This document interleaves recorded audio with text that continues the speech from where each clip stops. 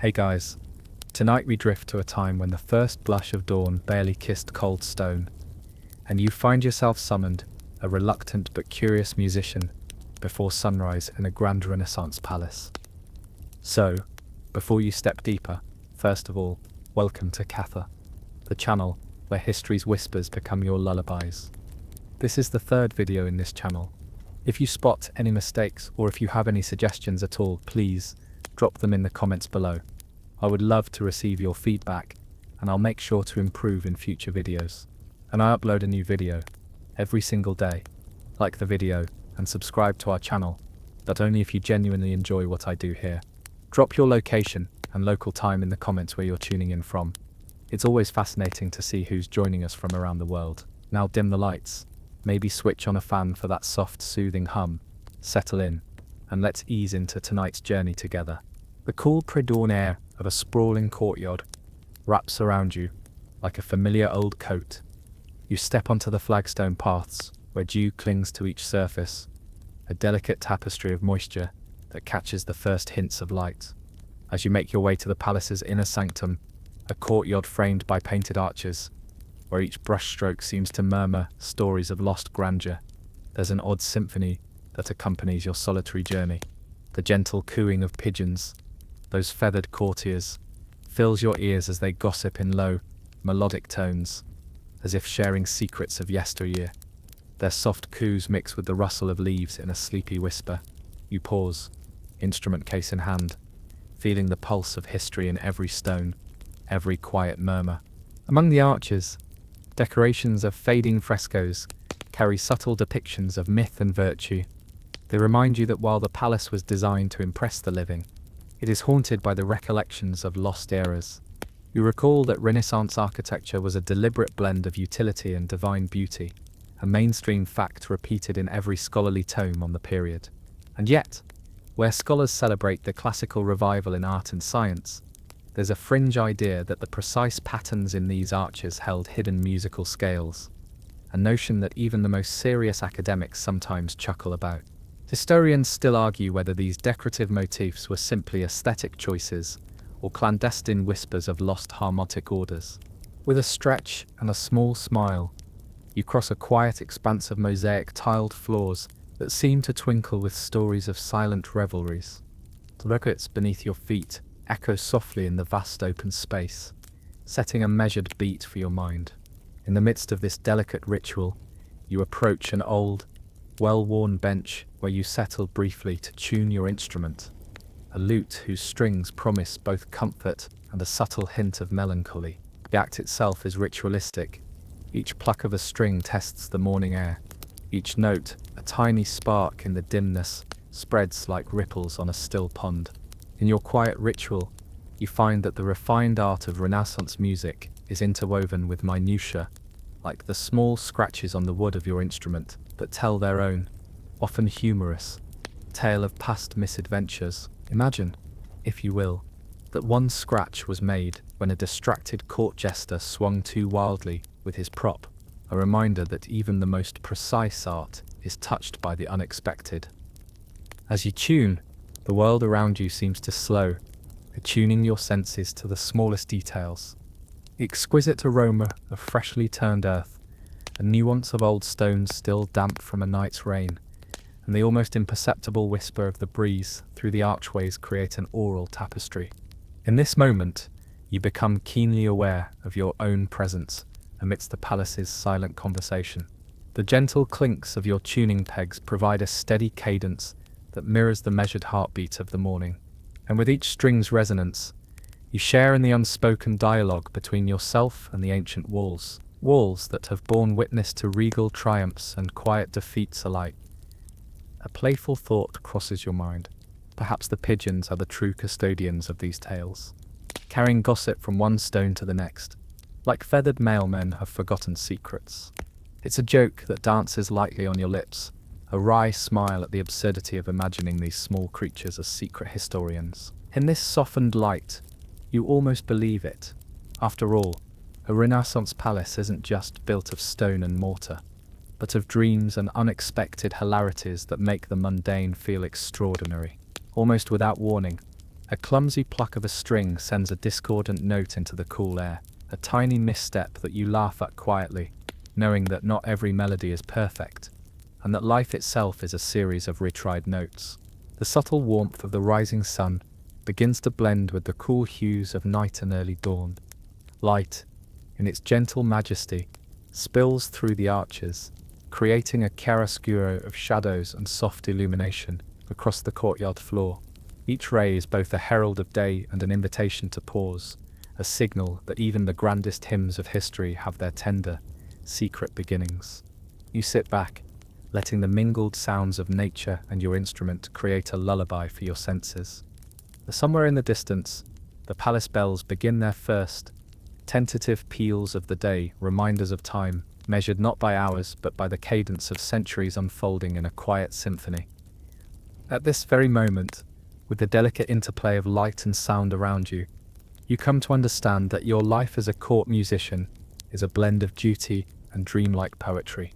The routine of tuning, practicing, and playing is as much a meditation as it is a performance, a ritual in which the weight of history is transformed into a gentle, ever so sweet cadence. Your heart feels light, even if your talents are imperfect, and you revel in the small, almost imperceptible, miracles that greet you at each new dawn. The realms of art and duty entwine, painting a picture of existence where even the act of tuning in the morning becomes a profound conversation with the universe. A stray smile graces your face as you think of the little jokes you've shared with yourself. The absurdity of pre-dawn pigeons gossiping as if they were the wise elders of the court. The quirky notion that even the chipped string of your aged lute has a story more amusing than most royal intrigues. Moments like these are the hidden treasures of your day, hinting at the quiet, playful side of a life that, while filled with formalities and responsibilities, is also filled with moments of unguarded delight. And amid it all, you find a curious comfort in the fact that every new morning brings with it the promise of another gentle escapade along these ancient, hallowed grounds. You let your fingers dance lightly along the lute's strings, coaxing out a soft melody that seems to wrap the courtyard in a velvety embrace. Each note you play is an invitation to linger in this quiet sanctuary, a place where time slows, where the boundaries between duty and pleasure blur, and where the soft hum of history always lulls you toward a serene state of mind. You leave behind the silent, hallowed courtyard and find yourself stepping lightly into the bustling kitchen courtyard, where before the world of nobles even stirs, you blend into a small band of early risers, the baker's boys. The air here is alive with the scent of yeast, fresh flour, and the long-forgotten nostalgia of fires stoked through the night, melding together into a rich, comforting aroma that beckons you inside. As you slip quietly between the half-closed wooden doors, you notice that the space is filled with warm, golden light that filters through narrow windows, dust motes floating lazily in its beams.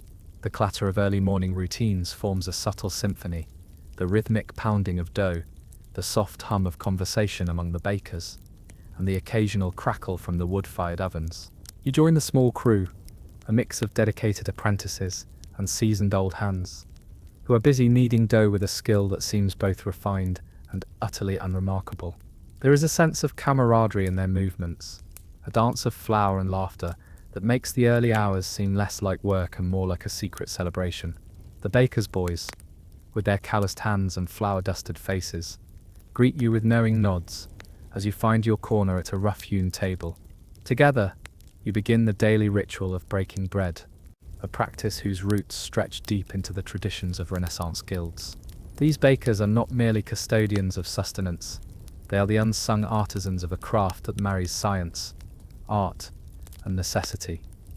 As you help shape rounds of dough, the feeling of the soft, pliable mass under your fingertips evokes both the intricate care of a musician's lute and the still, earthy satisfaction of a humble craft. The kneading process is almost hypnotic, each rhythmic push and fold melding your thoughts with the steady pulse of the oven's heartbeat.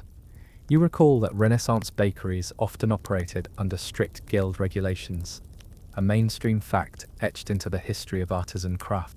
Yet, Amidst these regulations, there are whispered tales of rogue bakers who carved secret messages into the crusts of their loaves, tiny, whimsical symbols that made even the grimmest pastry seem to possess a mischievous soul. Historians still argue whether such flourishings were serious art or simply a flourish of flower and fancy. Every so often, one of the baker's boys teases out a playful remark, gently ribbing a colleague when the dough refuses to rise, as if it were an unruly student defying its master. You chuckle inwardly at these light-hearted exchanges. After all, whose day isn't brightened by a joke about a loaf that flat-out failed to deliver?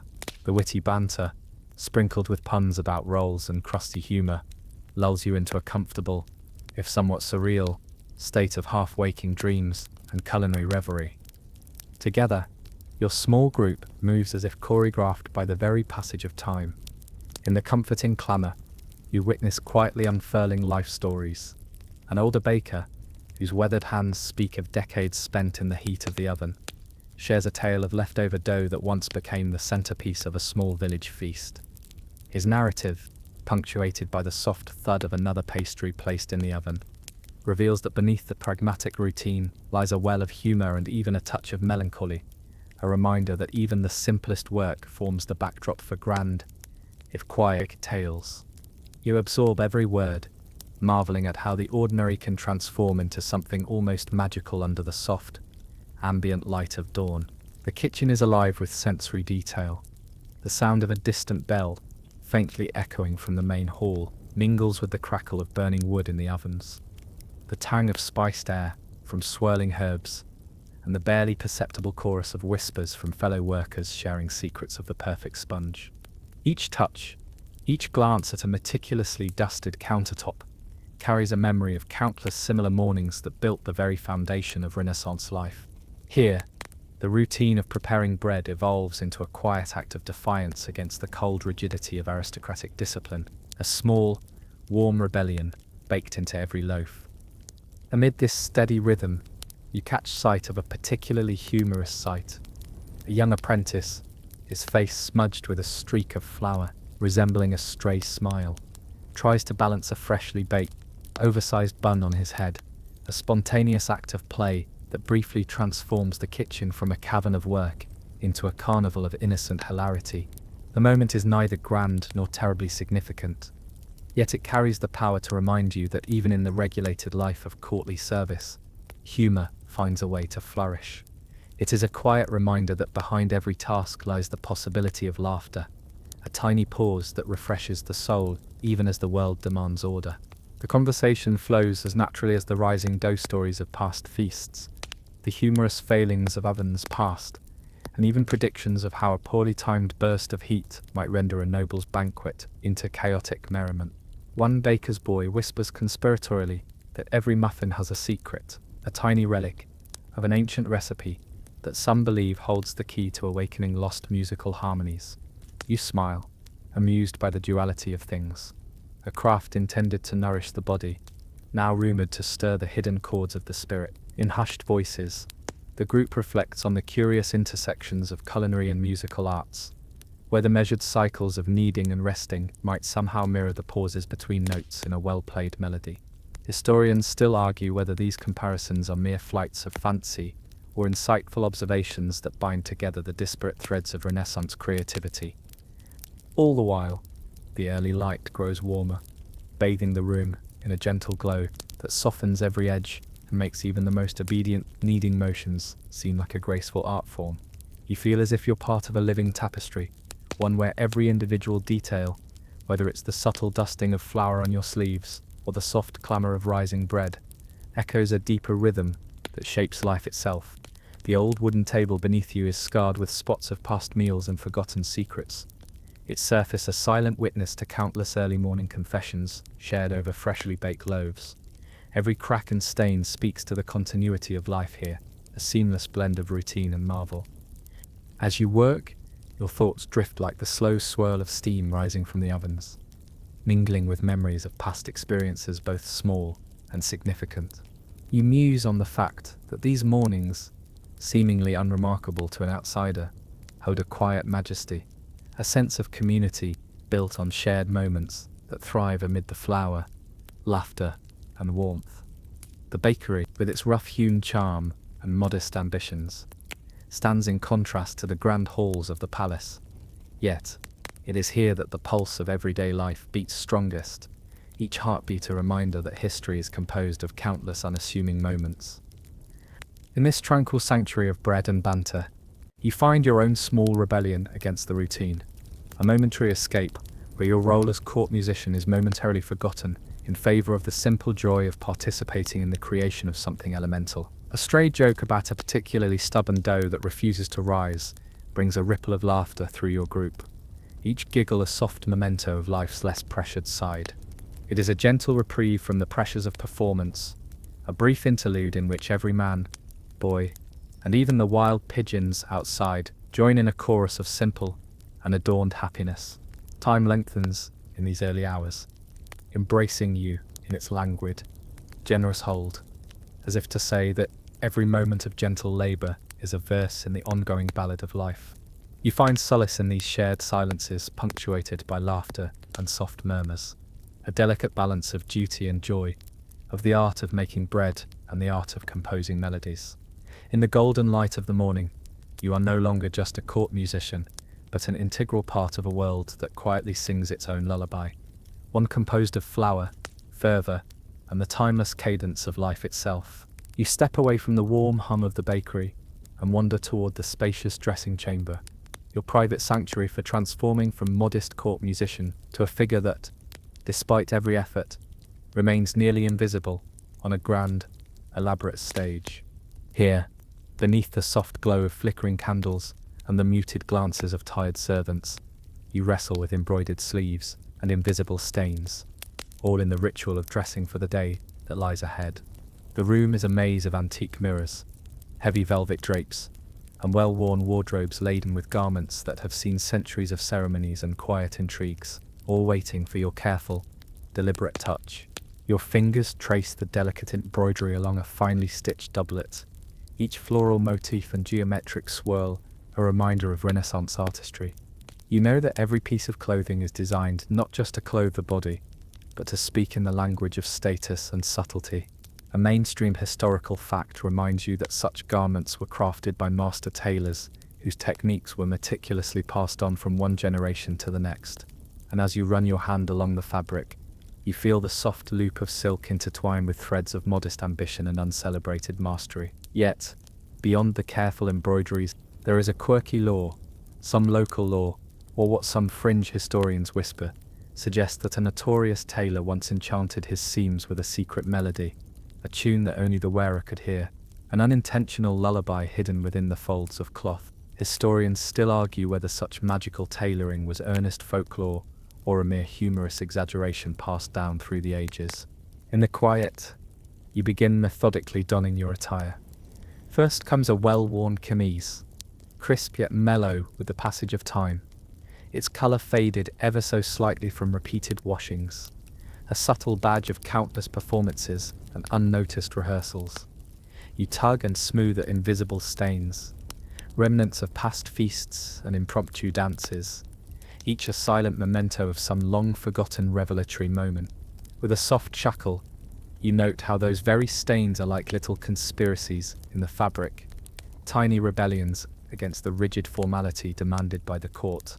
You liken them to secret jokes, punctuating your otherwise meticulously organized life with hints of spontaneity, like a note left in the margin of a grand composition, which brings a smile and a shake of the head. Next, you fasten your ornate doublet. Its golden thread catches the gentle light, creating a shimmering outline that speaks of quiet opulence. The delicate pattern is almost hypnotic, a dance of symmetry and gentle rhythm along your arms. Each button, hammered into perfection, seems to whisper of the grand designs of Renaissance craftsmanship. Alongside practicality, there is a humorous note in your mind, like that time you accidentally wore your cufflinks on the wrong fingers, causing a quiet but meaningful scandal among the tailor's apprentices. This faint recollection injects a playful spirit into your self-serious routine, reminding you that even royal dress codes harbour moments of inadvertent mirth. Your reflection in the mirror stares back with a mixture of earnest determination and self-amusement. In this moment, as you adjust your embroidered sleeves, you contemplate the irony of your existence. You are a musician whose art is meant to be heard, yet today you blend into the background of a bustling court, invisible as the stanzas you softly strum during ungodly hours. It is a peculiar blend of honor and obscurity, a juxtaposition where your creative spark is both essential and yet easily overshadowed by the pomp of those around you. A mainstream fact resonates here. Renaissance courtiers cherished subtlety and reserved gestures, and clothing was their silent tongue, communicating whispers of sentiment and social positioning. Yet, a quirky aside lingers. Some believe that a misplaced hem or a rogue thread could silently alter one's destiny, much like a falling star that goes utterly unnoticed, as if the universe itself conspired to keep your fate as understated as your performance.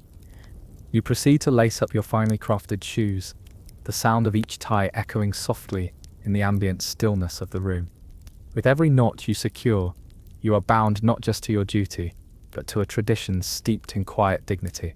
The leather, worn smooth over years of careful use, serves as the humble witness to whispered confidences and the silent march towards a day filled with subtle performances. A whispered joke from a wandering minstrel once suggested that these very shoes might have been cobbled together from the remnants of a disgraced noble's dreams, a playful, half-serious tale that you smile at, not wholly believing the tale, yet finding beauty in the absurdity of such legends. Outside the dressing chamber, faint strains of music and murmurs of conversation seep through the heavy wooden doors, as if the palace itself were awakening. You recall with a fond sense of irony that while your outfit demands little attention, it also conceals the very details of your artistry. You are the guitarist, whose silent virtuosity creates ballads for souls too weary to notice the fine seams of life. Historians still argue whether your attire was intended merely as a protective shell, or whether it was itself a composition, carefully arranged note by note to harmonize with the day's forgotten melodies. At one corner of the room, a small, inconspicuous chest reveals itself, a trove of miscellaneous, half-forgotten accessories that many would overlook. Among these antiquities lies a curious item, an old, slightly tarnished medallion, rumoured to have been a keepsake of an illustrious courtier. Its presence tickles your imagination. Did it accompany secret midnight rendezvous, or was it merely a trinket, cherished because of its size? Some scholars opine it represents the weight of expectation, while others admittedly, with a wink, believe it might have once been used as a practical doorstop during a particularly spirited feast. The debate remains as lively and indeterminate as ever, a playful tension in the collective memory of period whispers.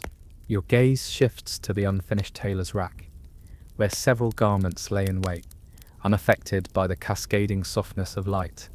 There's a layer of unspoken stories clinging to these textiles, a mix of misadventures, quiet comedies, and the myriad small failures that make life truly memorable. You have a smile that hints at recollection, reminiscent of the time you attempted to mimic a noble's grand entrance, only to be tripped by an unruly hem. It is one of those flashes that remind you of the delicate dance of existence, a balance of intent and serendipity. Amid these reflections, the room breathes with a gentle rhythm, its walls laden with echoes of laughter, elegant sighs, and the cadence of well-worn history. As you complete the ritual of dressing, your final adjustments are a study in precision and soft humor. You shift a stray cuff, ensuring that every detail aligns with expectations. Yet you also allow for a small personal tug, a quiet rebellion against the overly precise norms that can sometimes smother creativity. In these moments, you know that even the most unnoticed performance begins with the soft, mindful act of becoming, that each embroidered thread weaves together the fabric of your unique existence, conferring both honor and an often unremarkable sense of belonging. With every action, the smoothing of a ruffle, the tying of a bow, the room transforms into a stage where every gesture, every carefully placed stitch, is a note written in a melody recorded for the ages. The final reflection in the mirror speaks of a life poised between mystery and public recollection. The figure you see is both a simple servant and an artist capable of conjuring dreams from the very ether of time. As you step away from the dressing chamber with a soft exhale, You leave behind not just a room filled with garments, but a remnant of tradition that quietly carries forward the understated eloquence of your craft. In that hush of the departing moment, you feel a kinship with every thread and every secret laugh embedded in your clothes, a living legacy of those who quietly made history with subtle elegance and a spark of well-placed whimsy. You leave the quiet intimacy of the dressing chamber behind and step into the palace's winding hallways, where the echoing interplay of sound and silence creates a subtle stage for your daily practice. Here, on cold stone floors marked by centuries of footsteps, your footsteps join a soft performance. The gentle plucking and tuning of your lute reverberates against ancient walls and accompanies the occasional hushed giggle of passing servants. In these corridors, your music is both a ritual and a rebellion. It is heard constantly, yet rarely rewarded with applause, caught between the cacophony of regal obligations and the fleeting hum of hushed conversation. As you wander along, you find a narrow hallway bathed in diffused afternoon light streaming through small, high-set windows. The space feels alive with history, a mainstream fact that every Renaissance palace was designed to impress, yet it carries a quiet, almost secret personality that only those who listen closely can decipher. The walls, once witnesses to whispers of political intrigue and whispered promises, now merely catch your soft notes, fleetingly amplifying the melancholy of your practiced chords. You stand here, plucking a few tentative notes on your lute that seem to shimmer in the silence like a secret meant only for the walls themselves. Each note carries you deeper into a realm where the art of music becomes both your shield and your banner. With a slight nod, you acknowledge that your performance in these echoing hallways transcends the simple act of playing. It transforms into a delicate negotiation with the court's unspoken codes. The centrality of music in Renaissance courts is well known, forming the backbone of daily life and the rhythm of state affairs. And yet, it is more than just a profession. It is a lifeline that connects you with the countless souls who trod these corridors before you. At one particular alcove, a faded tapestry depicting a mythical triumph of verses and choruses brushes against the wall, as if to remind you that music was once the language of both gods and men, a discordant yet unifying force amid human ambition. In one section of the hallway, you pause near a heavy oak door, its surface adorned by tiny, intricate carvings that suggest secrets of a distant time, almost as if the wood itself hums softly of bygone musical gatherings. Here, you set up for a brief practice session, a moment of solitude in which every measure, every chord, serves as a gentle act of defiance against the pomp that often overshadows your art.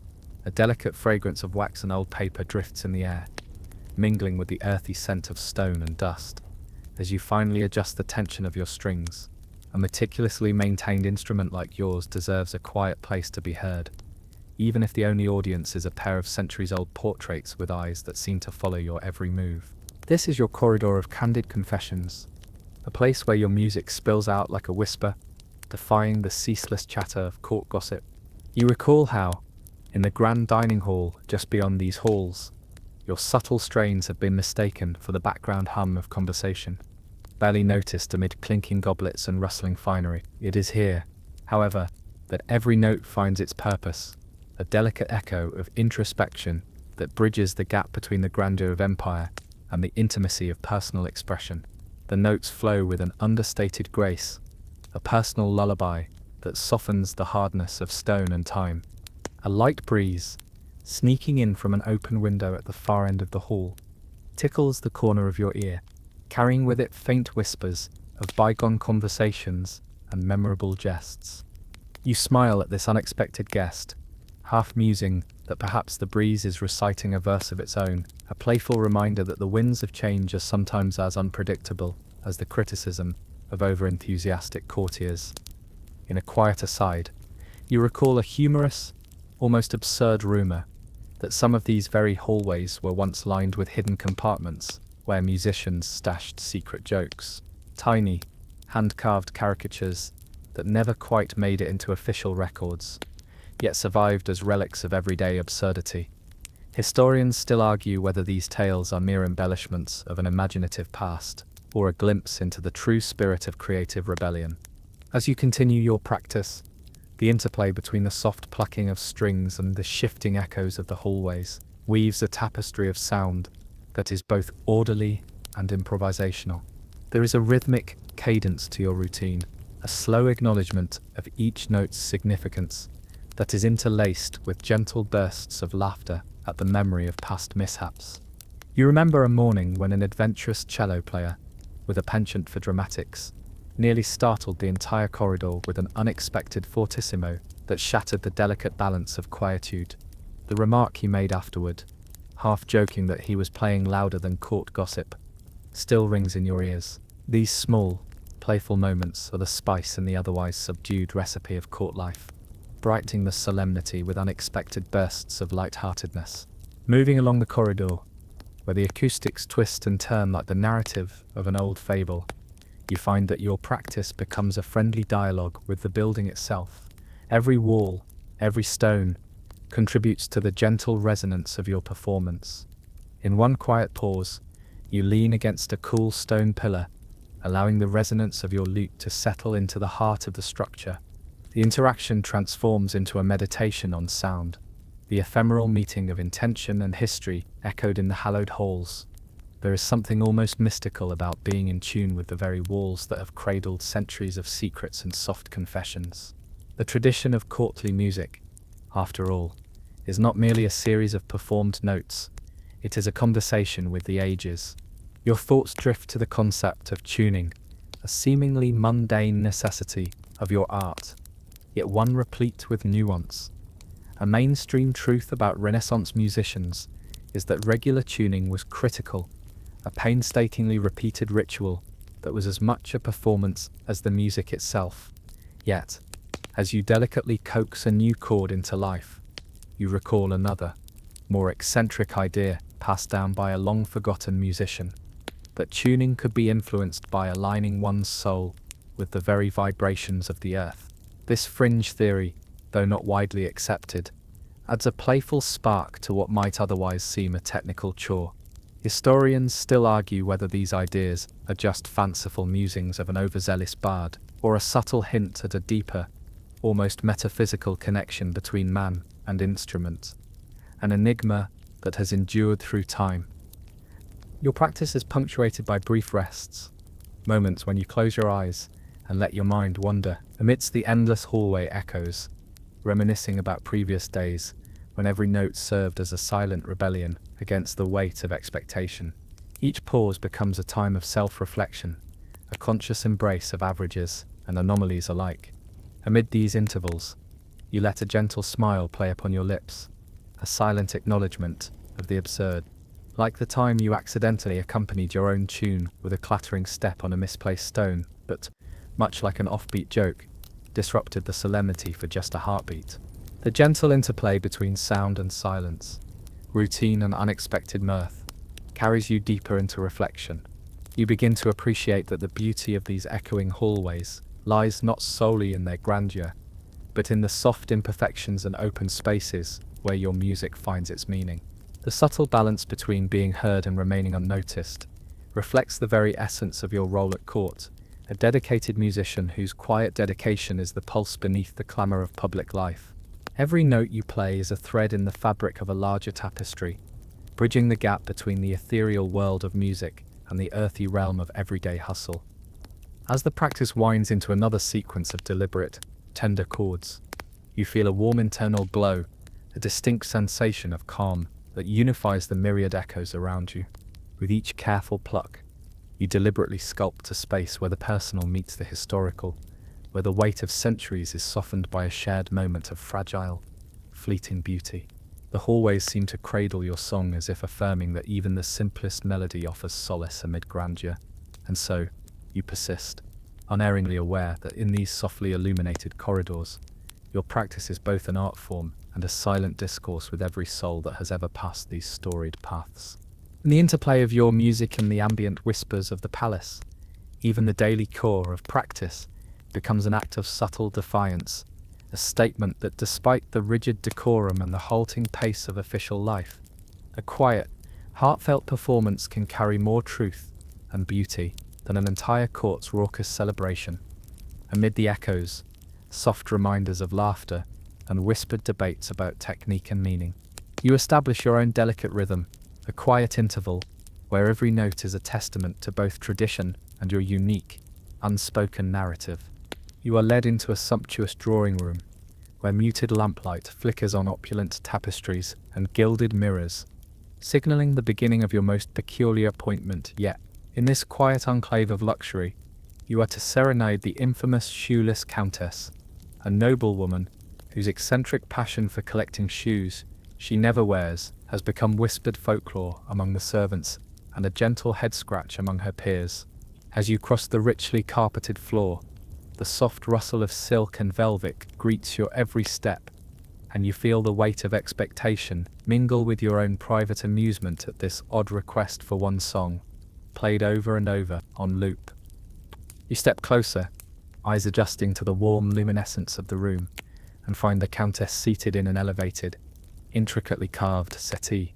Her posture is regal, her gaze composed yet distracted, as if she's lost in a daydream woven from memories of forgotten ballads and distant mirror reflections of steam rising from cobbled streets. Arrayed around her in a semicircle on a grand, low table lies an imposing display of shoes, delicate satin slippers, meticulously painted leather boots, and a pair of surprisingly rugged sandals that seem almost out of place among the courtly finery. You note the irony, though she has a wealth of exquisite footwear. She prefers to remain barefoot, each unadorned step as deliberate as it is mysterious. Drawing a deep breath to center your nerves, you settle into your position, loop cradled in your arms. The Countess offers a lukewarm nod, her attention shifting slightly from her treasured collection of unused shoes to the instrument that has the promise of turning routine notes into a tapestry of intimate sound. As your fingers find the strings, you slowly coax a soft, wandering chord that seems to echo along the marbled arches. The sound drifts, as if to dance around the edge of reality, washing over both you and the Countess in a steady, almost hypnotic beat. Historians remind us that music in Renaissance courts was a language of subtle persuasion and quiet rebellion, but few know the quirky detail that the Countess's peculiar fixation on footwear was originally begun by a chance overheard jest at a banquet about bouncing without a care, or rather without a pair. In truth, this unconventional habit has become a defining, if eccentric, mark of her personality, a subject of much mirth and gentle debate among those who know her. Historians still argue whether her barefoot state was a deliberate rejection of societal overindulgence, or simply an enduring quirk that lent her an air of enigmatic grace. Your fingers move with practiced ease along the strings, the melody unfolding slowly, each note a warm invitation to let go of external worries and surrender to the present. The Countess's eyes close ever so slightly as the song begins to weave its soft magic into the silence, a lullaby that wraps the room in a genteel cocoon. As you play, you become aware of the subtle interplay of light and shadow on the Countess's face, her expression shifting from distant contemplation to the faintest smile as if fondly recalling distant memories of long-forgotten dances. The atmosphere turns serene, yet beneath it all hums a gentle absurdity. Here is a noblewoman, surrounded by a bounty of shoes she never claims, allowing her state of mind to be stirred by the repetition of one tender melody.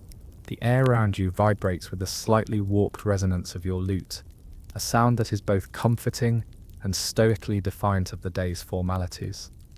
Between the strings, your fingers feel as if they are recounting timeless secrets of a bygone era when the soft strumming at court was almost a private conversation with fate itself, and of whispered jests from downtrodden servants who once joked that a good tune held the power to make even the coldest of hearts wiggle just a little bit.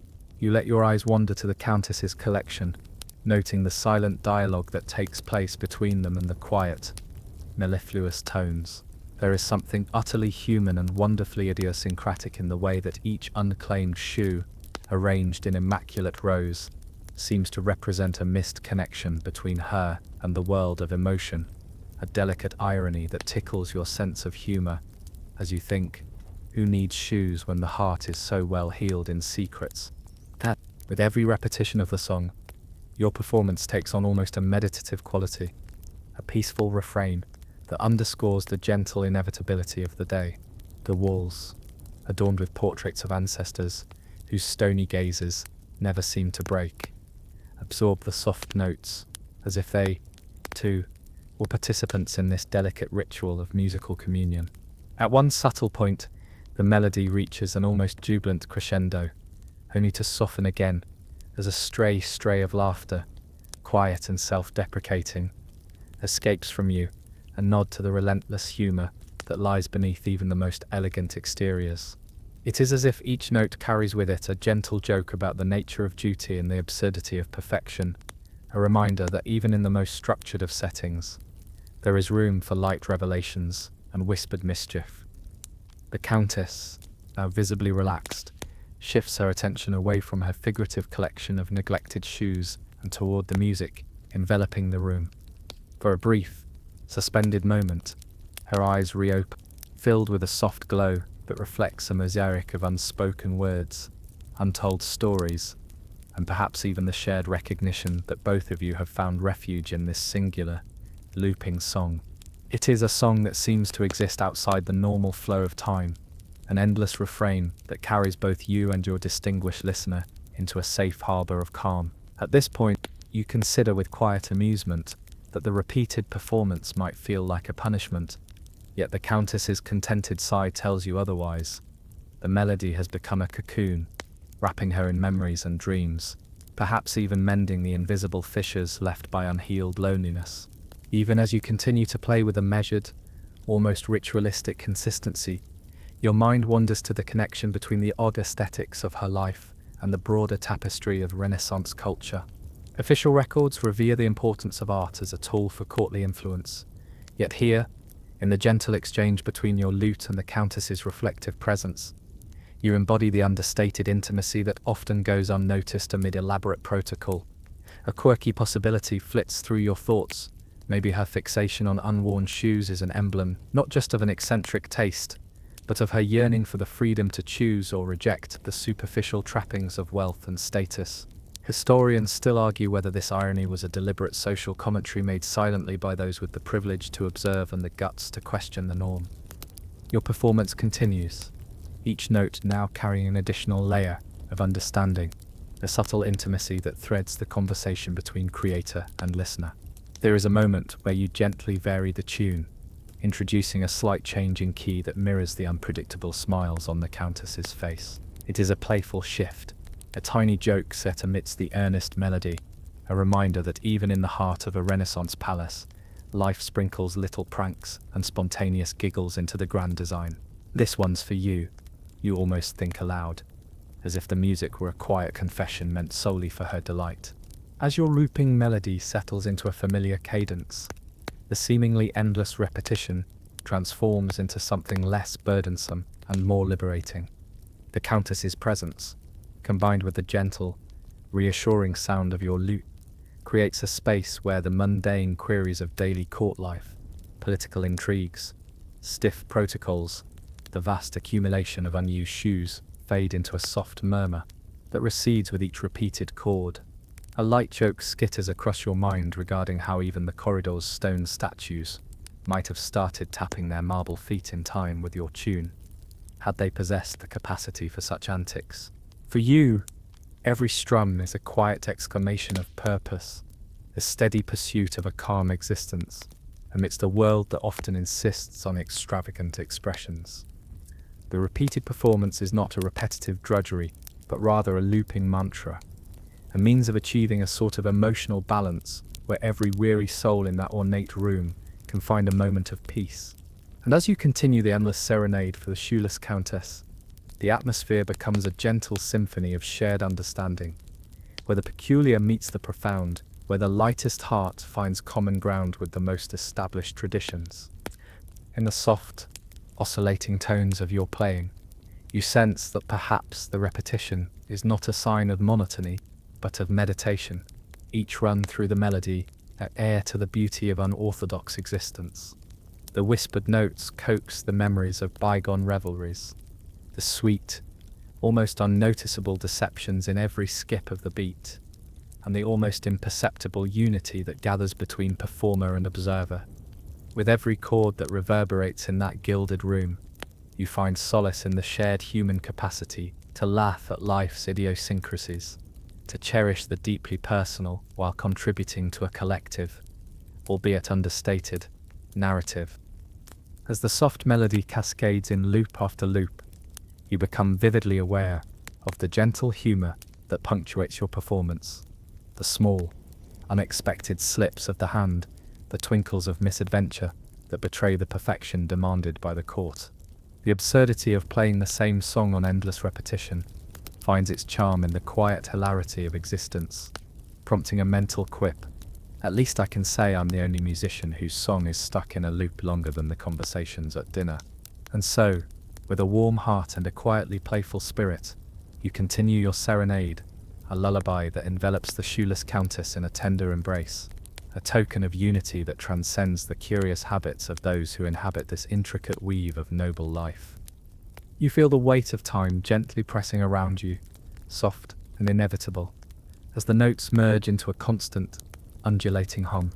The gentle focus on the singular song reminds you that sometimes in this vast, unpredictable tapestry of life, the repetition of a soft melody is enough to bridge differences and beckon one toward a peaceful reflection. Each looping refrain is a whispered suggestion to relax, to let be, to absorb the tender cadence that so often goes unobserved amid the clamour of everyday duty. And though your role might seem modest, a simple musician in a court, fascinated by oddities, the resonance of your music carries with it the extraordinary power to transform peculiarities into moments of calm, to convert an endless refrain into a timeless promise of quiet wonder. You find yourself beckoned away from the inner corridors of the palace toward the West Wing, where the atmosphere shifts from ornate serenity to a more rugged practicality. Here, amid the rougher textures of stone and the faint, metallic tang of sharpened steel, you approach the training courtyard of the fencing master, a renowned yet curmudgeonly instructor whose reputation, despite his outward severity, hides a secret passion for composing delicate minuet. The air turns cooler, the stone textured with nicks and scars of countless duels, and you sense a stern order pulsating within the space. With a measured step, you cross the threshold into an area where clashing swords are as common as the occasional stuttered laugh, and where grunts punctuate every practice session. The fencing master, grim and imposing in his worn leather armor, stands at the center of the courtyard, his gaze sharper than a freshly honed rapier. He is a master of the art of combat, a figure who melds technique with a certain introspection, and yet you are aware of the quirky rumor that beneath that battle-hardened exterior lies a spirit with a secret love for music. It's said that, after the clangor of blades has faded, he often slips away to hum soft tunes, and if trusted, even shares his compositions with a select few.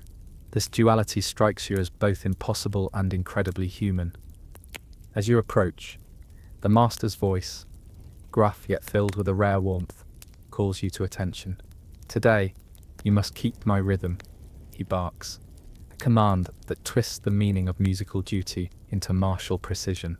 His words, though terse, carry a challenge, a task to synchronize your gentle melodies with movements and stances that otherwise belong to a world of high drama.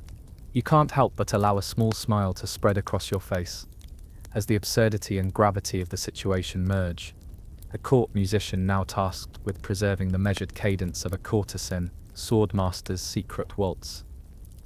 The courtyard is arranged in a semicircle, with participants in varying states of readiness, some polishing their blades, others practicing footwork with a seriousness that nearly eclipses the weight of history. The fencing master unsheathes his practice foil with an elegant flourish that belies his usual stern demeanor. With deliberate care, he demonstrates a series of movements that are almost dance-like, a step forward, a pivot, a precise parry, each movement falling into a rhythm that seems more suited to a minuet than violent combat. You listen as he explains, in a tone that mingles martial jargon with musical cadence. Every thrust, every ripple in your movement must be like a note in a soft waltz, precise, controlled, yet free to breathe. You take your place nearby, feeling the cool touch of stone beneath your feet, and hold your instrument loosely at your side, as if it were a fellow combatant in this delicate duel of art and skill. The fencing master instructs you to begin by plucking a steady, metronomic note, a bass line to which he moves like a living percussion instrument. The expected clarity of your sound stands in remarkable contrast to the clashing din of practiced swords in the distance, a reminder that even in a battleground, there is room for grace and measured beauty. A mainstream fact resonates here, as Renaissance courts valued the integration of martial and musical disciplines. Many nobles believed that a well-honed sense of rhythm was as essential to combat as it was to art. Yet, upon closer consideration, you are reminded of the fringe tidbit that some instructors claimed the perfect minuet had once ended a duel without a single fatal blow, a notion that borders on myth but makes for an amusing conversation among scholars. Historians still argue whether that story is truth or merely an over-embellished fable passed from swordmaster to student. With the fencing master standing impassively before you, a subtle smirk tugging at the corners of his mouth, you begin to play a series of repeated, quiet notes that mirror the measured intensity of his demonstration. The sound vibrates through the courtyard, melding with the rhythmic march of disciplined footwork and the soft clatter of wooden practice swords. Your fingers, accustomed to the delicate plucking of lute strings, awkwardly adapt to the strange synchronization required by the master's waltz, a dance that marries the court-paw precision of fencing with the tender languor of a lullaby. A quiet joke flits across your mind. Who knew that a slicing sword could inspire a rhythm as snappy as a well-timed jest? You allow your smile to deepen into a knowing grin, even as the master's intense gaze reminds you to focus on the task at hand. The fencing master then moves to join you at the edge of the semicircle, his voice softening as he explains, "The secret is to merge your melody with your movement. When you step, let it be like the tap of a drum. When you parry, think of it as a gentle strum." You nod silently, absorbing his every word as though they were notes in an elusive score. In this shared space, your instrument seems to speak the language of both art and war, each note a carefully placed countermove in a dance that blurs the lines between battle and ballad. The rhythmic interplay between your soft serenade and the sharp, deliberate actions of swordplay creates an unexpected harmony that fills the cold courtyard with warmth and a hint of mischief. As you continue to play, the master executes a series of deliberate moves, a series of parries and lunges that are as precise as the keys of a well-tuned piano. He instructs you to mirror these actions through your own performance, and your music adapts, altering its cadence in sync with his every step. A light-hearted moment emerges as you notice a peculiar pattern. The fencing master's every move seems to have an echo in your melody, a twinned line of sound that feels almost conversational. There's a joke in there somewhere, you think, as his matched thrust reminds you of a punchline waiting patiently for the setup. The absurdity of combining battle drills with musical interludes strikes you as profoundly whimsical, a state of existence where even the most rigid routines are punctuated with sparks of humor. In one particularly tense moment, as he prepares for a challenging step, the master pauses and winks, saying, "Keep your rhythm steady, don't let your strings tremble like a knight's first charge." His comment, part admonition and part a wry joke, lifts the mood, and you manage a small chuckle, the sound echoing off the ancient walls. The gentle interplay between martial precision and musical expression creates a space where even the harsh clangor of combat is softened by poetry. Every minor adjustment of your instrument, every subtle pressure applied to the strings, transforms into a note that defies the expected severity of this martial school. Instead, what transpires is an understated minuet, a secret waltz that unites the discipline of a swordsman with the art of a musician. You soon discover that this exercise is not just about maintaining rhythm, it's about mutual learning. While you offer a counterpoint to the master's steps, he subtly refines your technique, guiding you with a few terse words and a gentle touch on your instrument's hollow body, a reminder that mastery is achieved not by constant praise, but through the honest exchange alongside quiet mirth. The day unfolds in this rare fusion of artistry and combat, where your sound blends with his measured strikes, creating an almost hypnotic cadence that fills the vast, weathered courtyard. The playful banter, the accidental missteps that evoke moments of shared laughter, and the unspoken respect that forms between two craftsmen of markedly different vocations enrich the experience. Around you, The other students, already versed in the regimens of their martial routines, pause to admire the unlikely duet of music and fencing. Some whisper that the master's secret waltz, though unexpected, breathes a new form of life into a discipline often overshadowed by rigid formality. Others jest that someday the court shall demand a duel, where the victor is determined by the strength of his minuet rather than his swordsmanship. In between these playful murmurs, delicate notes emanating from your lute soar over the clang of practice, binding the scene together as an ode to the unexpected union of war and art. With your melody now seamlessly intertwined with each precise step and parry, you sense that this moment transcends the simple act of performance, morphing instead into a living expression of balance. In the quiet after a particularly well-executed sequence, the master nods approvingly, his stern expression softening ever so slightly. His approval, though unspoken, resonates with you like the deep echo of a bell, a subtle conviction that here, in this paradoxical blend of violence and lullaby, you have captured some of the ineffable charm of the Renaissance spirit.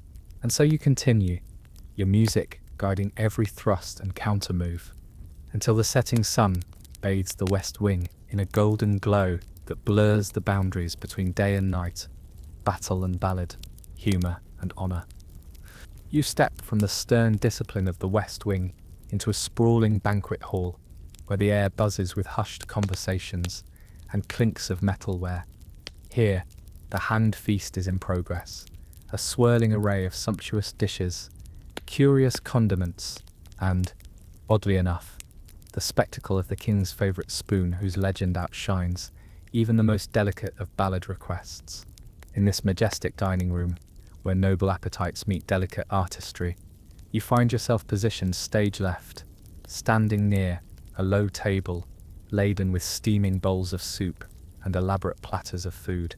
You are tasked with a peculiar challenge, to provide a series of gentle melodies that grace the banquet while you maintain the illusion of genuine inspiration, despite the often bizarre, oddly specific serenades demanded by the court's aristocrats.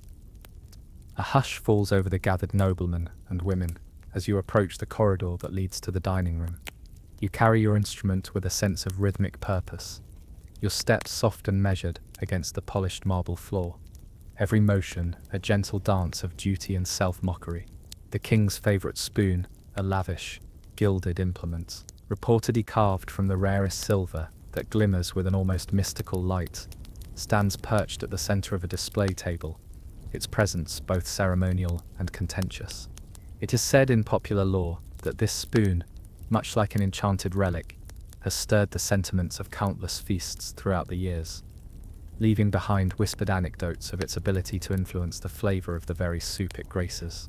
A mainstream historical fact asserts that royal banquets were not mere gatherings of opulence, but carefully choreographed performances where every piece of silverware, every glimmering chalice, was a symbol of the divine right of kings and the elaborate culture of aristocratic life. Yet attached to this well-known parable is a quirky tidbit circulating in hushed tones among the palace staff. A far-fetched theory that the spoon was once used in a scandalous ritual, dipped in honey to cure a forgotten ailment, or perhaps to signal an unspoken truce between bitter rivals. Historians still argue whether such practices were genuine ceremonial acts or simply a product of overindulgent imagination fueled by the scent of spiced wine and overcooked pheasant. As you stand now, you feel that duality, the weight of tradition juxtaposed with the absurd, playful legends that roam free in the corridors of high dining. Within the bustling banquet hall, the conversation drifts as elegantly as the servants gliding from table to table. Noble lords exchange knowing glances as they discuss the latest repartee concerning the king's latest edict about proper spoon usage.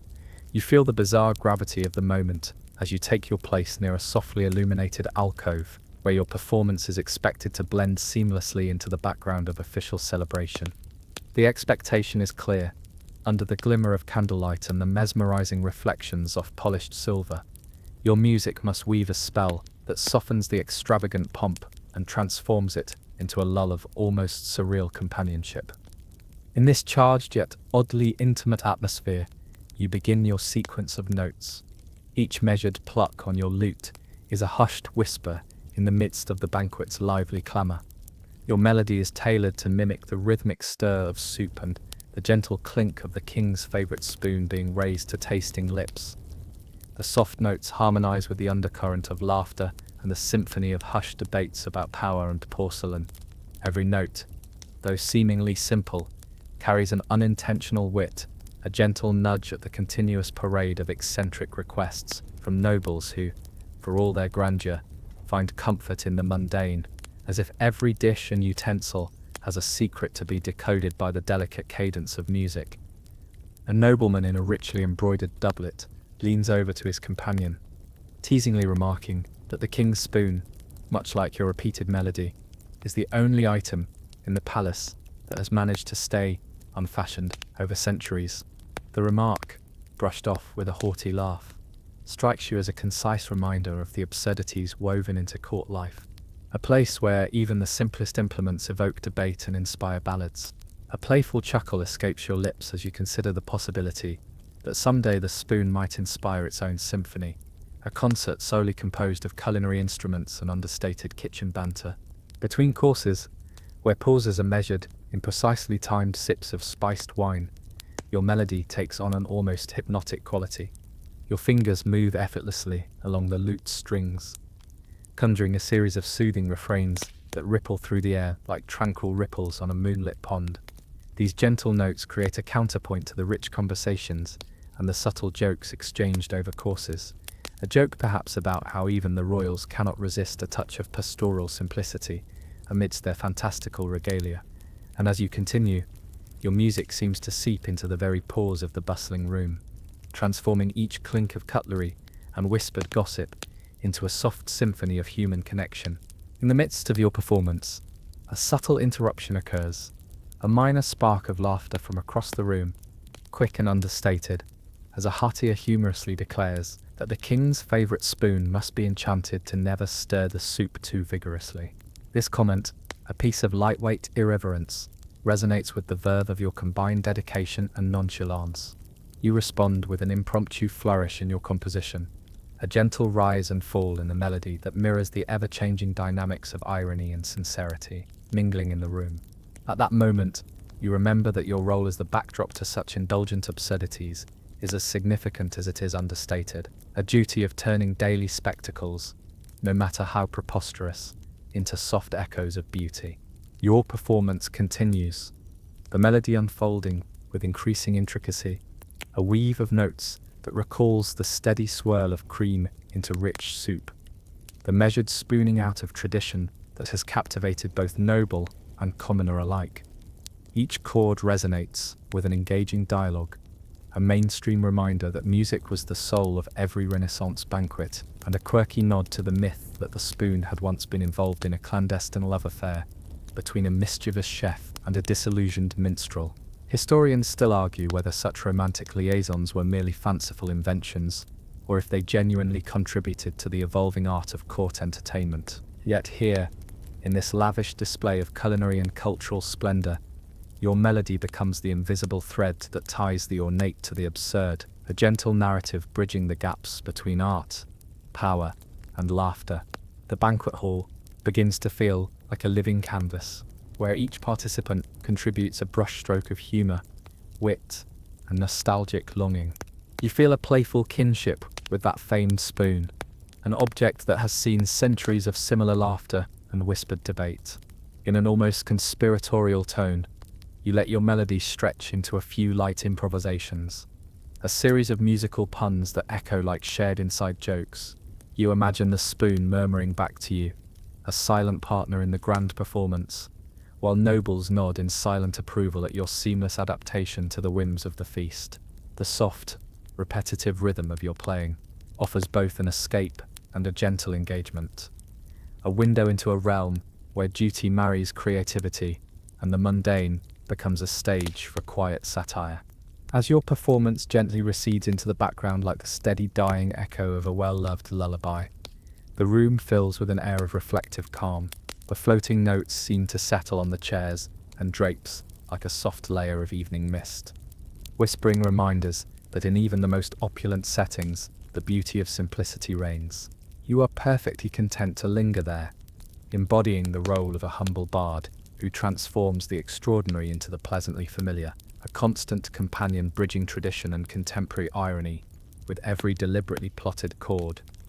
Every so often, a new round of murmurs and laughter marks a subtle shift in the mood, a testament to the fact that even amid the splendor of royal banquets, rebellion and wit continue to flourish in the smallest details. Your gentle, resonant song becomes a silent witness to these moments, proving that the magic of music lies not in grand fanfares, but in the soft, steady presence that anchors even the most over-the-top displays of power. And so, with each note softly unraveling the banquet's many layers, a toast to the eternal charm of incongruity, a tribute to the mystique of the king's favorite spoon, you keep playing until the room's clamor transforms into a collective, nearly imperceptible sigh of relief and wonder. You wander into a hushed chamber where the atmosphere is dense with the weight of history and a peculiar enchantment, a room reserved for chamber music and notorious for its cursed portraits. Here, amid walls draped with heavy velvet and brimming with old-world majesty, you find yourself preparing to perform during the unveiling of a centuries-old portrait. The subject of the portrait, a somber noble once known for scandalous escapades, is whispered to have been cursed, doomed to gaze upon every guest, to silently mock even the most joyful of gatherings. As you enter the chamber, you become part of this age-old story, a living link between the present and the art of shadows past. The chamber is small, its space concentrated into an intimate arena where every sound matters. Dust motes drift lazily in the soft glimmer of candlelight, and the walls, lined with a row of portraits, seem to watch with a timeless, inscrutable eye. In the center, the cursed portrait dominates the scene. The noble's pallid face, chiseled into a half-smile that suggests both disdain and a resigned acceptance of fate.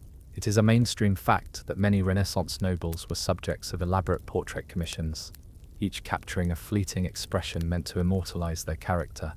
Yet, among the conventional, you know that fringe whispers claim this particular portrait is not ordinary. Its sitter is doomed to silently observe the revelry of the living, while his eyes, though painted in lifelike detail, seem to follow every movement, a detail that raises a conspiratorial eyebrow in every retelling. Historians still argue whether the curse is merely symbolic or if it truly injected a peculiar energy into the soul of the painting. In the dim, candlelit room, as guests with refined manners flutter past the portraits, you take your position before a modest wooden stand. The air is thick with a combined aroma of old oil paints and time-laden dust, and a slight chill pervades the space, suggesting that the legacy of the curse still lingers like a whispered secret. The atmosphere itself is a mix of somber reverence and curious anticipation, a perfect canvas for your delicate performance. You open your lute, its body smooth and worn from years of faithful service, and sit on a carved bench that reverberates with the silent weight of previous performances. With a subtle nod to the gathering, you begin to pluck out the opening notes of a soft, melancholic tune, a tune meant to coax the shadows to dance gently with the flickering candle flames.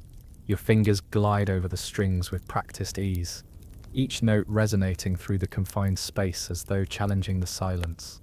Meanwhile, the cursed portrait looms in the background. Its painted eyes glisten as if reluctant to blink, ever watchful and unending.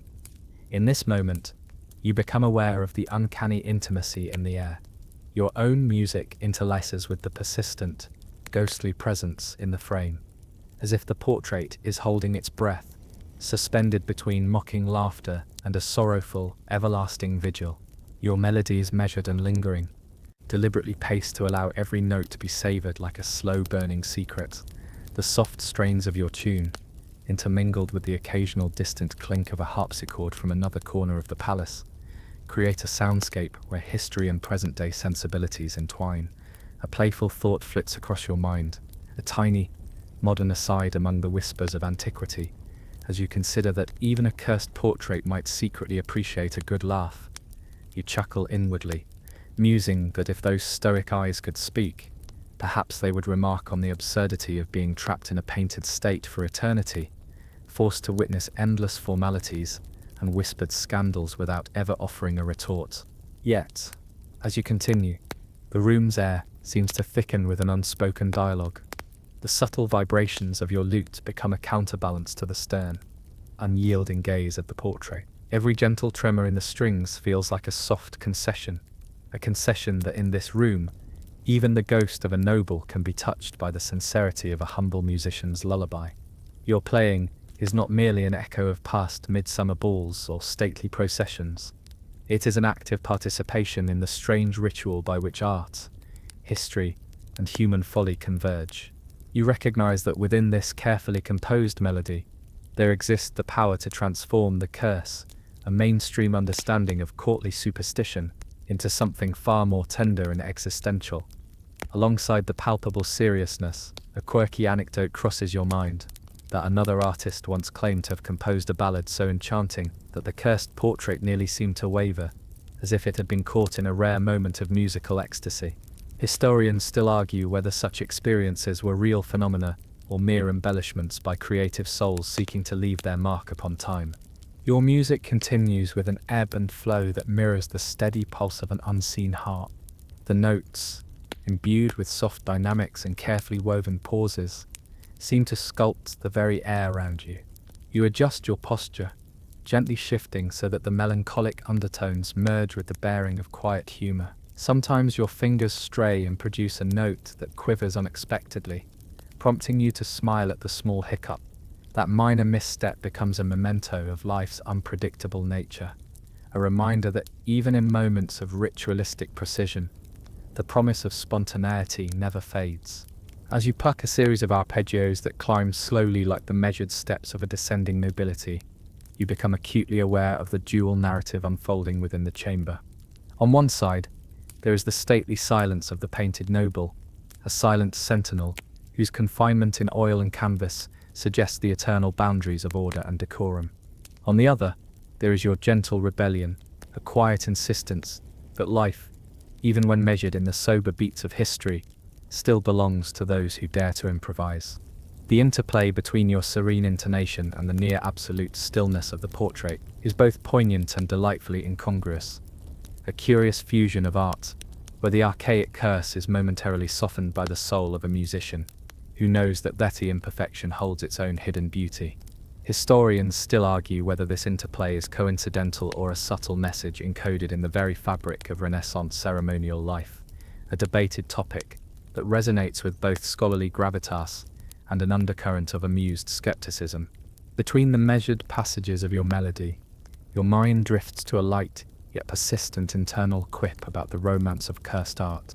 It reminds you of a time, not so long ago, when another performer claimed that the portrait's eyes had blinked ever so slightly during a particularly moving solo, a mischievous wink from beyond the confines of time.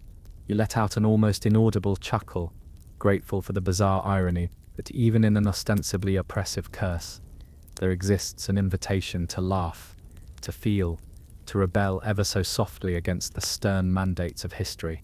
The harpsichord in the background softens its tone, and for a split second, as if acknowledging your gentle defiance, the room seems to sway with an almost imperceptible nod. In a graceful cadence that unites your present with the bygone passions of a world marked by feuds, love, and art, your music weaves itself into a tapestry of bittersweet recollections. The interplay of light and shadow on the portrait, the tender flicker of flame, and your carefully measured chords conspire to create a secret dialogue, a conversation with all those who have come before and who, in their silent, painted state, bear witness to the unfolding present. The curse, formerly a looming spectre of eternal judgment, now recedes into the background as your melody chimes in with a promise that every story, however dark it might seem, can be softened by the passionate cadence of simplicity and quiet courage. In these lingering moments, your music does more than fill the room. It transforms it into a haven where history's heavy burdens are briefly exchanged for the light-hearted camaraderie of a shared secret. Each note is an invitation, urging both you and the silent portrait to engage in a subtle exchange of sentiment that transcends the linear passage of time. You become the storyteller of the unspoken, a conduit through which the frozen expressions of the past might momentarily embrace the warmth of your ephemeral presence. And though your notes sometimes waver into playful dissonance, each discord is swiftly reassured by a harmonious resolution, much like the unexpected laughter that sometimes escapes even the most stolid faces at court. The chamber, now awash in a gentle harmony, seems to breathe in the cadence of your music.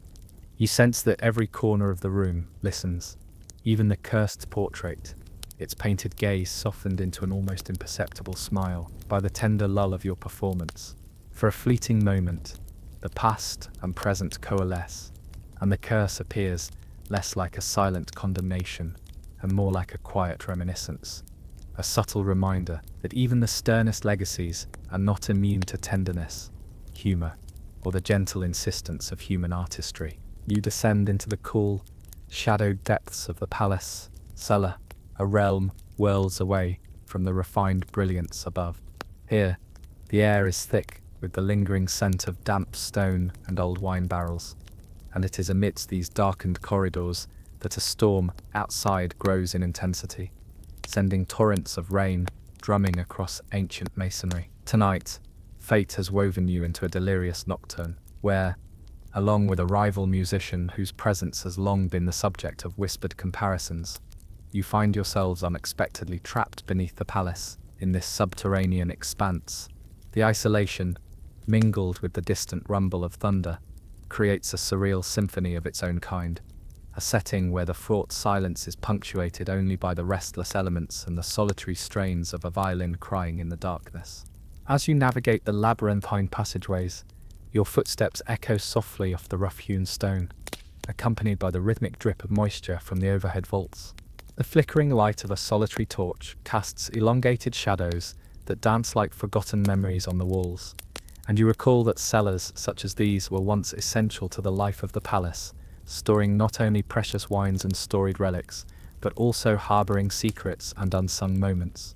A mainstream historical fact reminds you that many aristocratic families valued their cellars as confidants to the passing years, a hideaway for both the tangible treasures of the past and those wistful hopes that escape formal manifestos.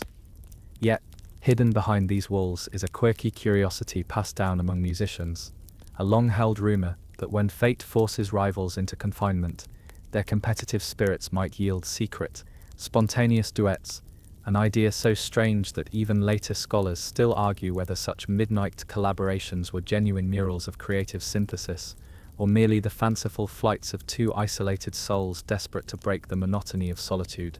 In the half-light of the cellar, you finally encounter your rival, a fellow musician known for his brooding intensity and a virtuosity that, frankly, has always irked you as much as it inspired you. He stands with a violin cradled in his arms like a fragile relic, its polished wood reflecting the intermittent glimmers of the torchlight. A charged silence hangs thick between you both for a brief, suspended moment, a breath held in anticipation of what seems to be an imminent impromptu performance. The storm outside intensifies, rattling the ancient stone and lending a dramatic cadence to the scene, while you silently recognize that, tonight, the confines of the cellar invite a duet meant not for competition but for an honest, almost cathartic exchange of souls. The moment passes as you exchange a subtle nod, a tacit agreement that in this unusual predicament, the rigid boundaries of rivalry will melt into the soft patterns of impromptu collaboration. You sit opposite each other at a crude wooden table, its surface scarred by time and the restless imprint of countless whispered confidences. The distant drumming of rain and the occasional burst of thunder now form an outer percussion, harmonizing with the inner strains of your respective instruments. With deliberate care, you set aside any lingering pretensions as you begin the night's performance. Your lute, usually a symbol of measured duty within the court's expectations, now becomes an instrument of vulnerable expression, its every note rich with both the hope for connection and the melancholy of isolation. Your fingers glide along the strings with an almost tender hesitancy, summoning a melody that is as much a requiem as it is a lullaby. This soft, meandering theme, a gentle call resonating through the damp, cavernous space, opens the conversation between you and your rival. His violin soon answers with a note that seems to carry the weight of a forgotten sorrow, a crisp sound that pierces the dark solitude of the cellar with a reminder of life's fragile beauty. For a moment, the rivalry is forgotten. The two of you are united in the shared language of music. The notes interweave with the persistent patter of rain, creating a tapestry of sound that both soothes and intensifies the emotions swirling in that dim sanctuary. Around you, the cellar walls seem to listen intently, as if every crack and crevice harbors its own echo of a long-forgotten lullaby. You feel the sublime irony in the situation here, beneath the polished halls of the court where your music is usually relegated to a background murmur. You are now the centerpiece of a raw, heartfelt duet. The sounds of your instruments blend into one another with exquisite imperfection, a spontaneous improvisation that belies the discipline of your past performances. In the midst of the duetted refrain, you find humor in the absurdity, a fleeting internal joke about how even the storm outside seems to pause, as though nature itself is savoring these delicate exchanges of sound. While your instruments converse in gentle cadences, a series of shared anecdotes and unspoken reflections flit through your mind. You recall that, in sunnier times, both you and your rival have sparred, each performance a silent battle for approval among the highborn and the noble. Now, however, in this moment of enforced intimacy, you are free from the incessant criticisms and the perpetual need to outshine one another. Instead, your music adopts an air of forgiveness and wistfulness, a mutual recognition that every note, even the discordant ones, is an essential part of the greater composition of life. It is a sentiment that echoes with the abiding truth of Renaissance artistry, where even the humblest instrument was seen as a voice capable of revealing both joy and sorrow. Simultaneously, there exists a quirky counter-narrative, a whispered tale that some musicians, in the throes of such midnight collaborations, discovered not merely harmony, but a secret language that could mend broken rivalries. Historians still argue whether those rare duels of melody were moments of transcendent beauty or if they simply served as the temporary respite in two weary souls. As the storm's rhythm intensifies, so does the interplay between your lute and his violin. The air shimmers with an energy that is at once both perilous and exquisitely tender, a reminder that sometimes beauty is born through shared vulnerability. A playful lightness emerges in the midst of the profound. A brief chuckle escapes you when you catch the faintest glimmer of a smile on your rival's face, as if acknowledging the irony that your competitive fire has softened beneath the weight of the midnight duet. The room fills with layers of melody that twist and turn like the winding corridors above, weaving together the storm's fury and the calm assurance of a timeless exchange. Your hands move with a measured passion, each chord a heartening blend of past experiences, lessons learned in the glow of candlelight in royal halls, and the elemental rawness of nature's own music. You discover that, between the interplay of emotional highs and solemn lows, there is a certain liberation, a catharsis that whispers of the beauty in forging genuine connections, even under the most unlikely circumstances. Your performance evolves into a meditative dialogue, where every rising crescendo and tender decrescendo carries part of your story alongside his. It is an evening of shared revelations. The common language of your music speaks of regrets and hopes, the frailties of human endeavor, and the quiet triumph of finding solace in the very midst of an unexpected storm. There is a moment when the impromptu duet reaches its soft pinnacle, a passage where both your lute and his violin sing in a gentle, unison harmony, each note a luminous mirror reflecting the soul of the other. In that suspended interval, every tension dissipates, leaving only a palpable sense of unity that defies the hardships of rivalry and the discord of the past. Sense that the storm outside is beginning to wane, as if your combined melody has soothed not only the tempest above, but also the deeper, quieter turmoil within. The sudden quiet is almost surreal, a tranquil aftermath where the echoes of your instruments mingle with the drip of rain in a soft, lingering adieu. Reluctantly, the moment draws to a close as the forced separation of your paths looms with the approaching dawn. The duet, though abruptly ended by the inevitable return to duty, leaves behind a residue of something ineffably beautiful, a memory that, like the whispered legends of old, wanders off into the folds of history as an emblem of what can be achieved when rivalry gives way to genuine emotion. In this darkened cellar, where the night seems at once endless and exactly enough, you find solace in having shared your inner music with someone who once rivaled you, and in the knowledge that sometimes even a violin that cried in the cellar can help heal a wounded heart. Midnight arrives, and as the corridors of the palace settle into hushed silence, you find yourself drawn to the velvet-draped antechamber where a regal, spoiled tabby resides, a cat so pampered it wields informal diplomatic immunity among the courtiers.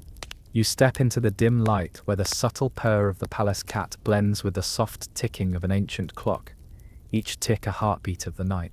Your final task for the evening is both peculiar and heartwarming, to hum and strum gentle tunes as lullabies meant to soothe this imperious feline. The cat, draped languidly on a silken cushion by a grand window, surveys the room as though it were the master of its own small universe. Its eyes, luminous like twin moons, regard you with a blend of curiosity and supreme indifference. You settle beside the cushion, positioning yourself so that your lute's delicate timbre resonates through the space. The cool, tile floor offers a steady grounding, while the ambient candlelight dances softly on the walls. Without fanfare, you begin to coax a lullaby from your instrument, a sequence of soft, meandering notes that float through the still air like whispered secrets from long-forgotten poets. Each chord is carefully calibrated to lull not only the cat, but also your own intermittent doubts about the night's purpose. It is a mainstream historical fact that palace cats, revered and pampered since the Renaissance, often found themselves at the center of heated debates on animal sentiment in art and literature. Meanwhile, a quirky anecdote persists among palace servants. A certain tabby purportedly once influenced a diplomatic negotiation merely by its inscrutable gaze. Historians still argue whether such feline influence was real or merely a charming legend. Yet tonight, in the secret intimacy of the night, that legend feels as palpable as the gentle swell of your melody. The cat's slow, rhythmic purring forms a counterpoint to your performance, a soft percussion that turns your music into a duet of whispered harmony. Your fingers, even in their tiredness from a long day of service, dance with a rejuvenated grace, drawing out notes that zigzag through silence. A subtle smile plays on your lips as you recall a playful remark once made by a fellow courtier. If a cat rules, tonight you're its trusted minstrel. A thought brings a quiet chuckle, light as the ephemeral dust motes swirling in the cool air. As you continue, the lines between duty and gentle affection blur. Your music embraces the cat's languid serenity, its notes like warm whispers weaving through the night. Each slight pause in the melody invites a soft mew from the cat, a delicate exchange of silent gratitude between performer and companion. The room, hushed and intimate, transforms into a private salon where time itself seems to pause in reverence. Your lullaby shifts seamlessly through tender variations, a playful trill here, a stretched, soulful chord there. Amid the nuances, a wry inner voice teases that perhaps this nocturnal concert is the most honest performance you've ever delivered, where neither courtly expectations nor the weight of public judgment intrudes. Even as the keys of your instrument harmonize with the gentle purrs, you sense that each note carries the quiet promise of solace and unexpected unity. A brief interlude emerges when your melody inadvertently stumbles into a light-hearted arpeggio, reminiscent of a cat's sudden playful chase after a beam of reflected moonlight, a small, self-aware joke that echoes like a secret between you and the palace's silent denizens. You allow yourself to laugh softly at the irony. Here you are, a court musician whose life's work has often been overlooked in grand halls, now sharing a genuine moment of connection with a regal feline. In the silent language of music and purrs, hearts converse without words, and even the tiniest misstep in the melody becomes an endearing reminder of life's unpredictable charm. You continue to play, unwinding the final chords of your custom lullaby, a composition meant solely for this hallowed moment, a gentle, musical benediction for both the palace cat and your own tender spirit. Your finale arrives softly, the music tapering into a lingering, delicate hum that cradles the night in its soulful embrace. The tabby's eyes close slowly, its purring deepening in gratitude, and you sense that the room itself has drawn a collective, contented breath. For a timeless moment, there exists nothing more than the beauty of shared tranquility and the sincere, unadorned lullaby that binds you to every silent echo of the past and every murmur of the present. Slowly, the cadence of the night recedes as your final chord lingers, the soft vibration of your lute, a tender benediction to the quiet heart of the palace. You lean back, letting the cool air and even cooler silence wrap around you like a cherished, time-worn cloak. In this fragile moment, the music gently fades, leaving behind a reverberation that speaks softly of long-forgotten dreams and quiet hope. The world outside the chamber, with its restless hurry and fleeting clamour, seems to pause and yield to the serene, pulsating stillness that now settles in every corner. As the palace cat drifts into a deep and untroubled slumber, you feel your own weariness melt into the comforting embrace of nighttime's lullaby. Here, amidst the ancient hush, you are free to simply be, without duty, without expectation, only a soul cradled by the nightly melody and the promise of soft, forgiving rest. Your thoughts slow to a gentle murmur, like distant waves lapping along a moonlit shore, each one a quiet whisper of solace.